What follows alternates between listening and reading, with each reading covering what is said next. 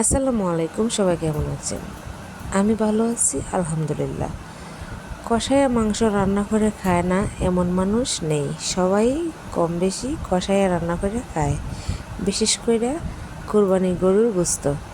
তো আজকে আমি মাংসটা রান্না করব কষাইয়া। তো এখানে আমি সব রকমের মশলা দিয়ে দিছি, গরম মশলা থেকে দইরা যা লাগে সব কিছু দিয়ে তারপরে আমি হাত দিয়ে ভালো করে মেখে নিছি। তো এক হাত দিয়ে মোবাইল দিয়ে ভিডিও করতেছি আর এক হাত দিয়ে নাড়তেছি, এই জন্য সমস্যা হইতেছে।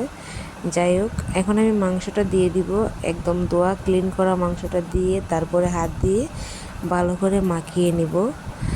এভাবে আগে আগে আমার বাবা এভাবে ঈদ আসলে মাংস কষাইয়া তারপরে রান্না করতেন, অনেক মজা হইতো। মানে হাতের মাখা আর কি, বাগার না দিয়া এভাবে মাখা মাখা করে তারপরে রান্না করতেন, অনেক মজা হইতো মাশাল্লাহ। তো আমিও রান্না করছি এভাবে, মাশাল্লাহ অনেক মজা হয়েছিল। তো আমার এই আয়োজনটা কেমন হয়েছে অবশ্যই কমেন্টের মাধ্যমে জানাবেন। ভালো লাগলে লাইক কমেন্ট শেয়ার ফলো দিতে ভুলবেন না। সবাই ভালো থাকেন।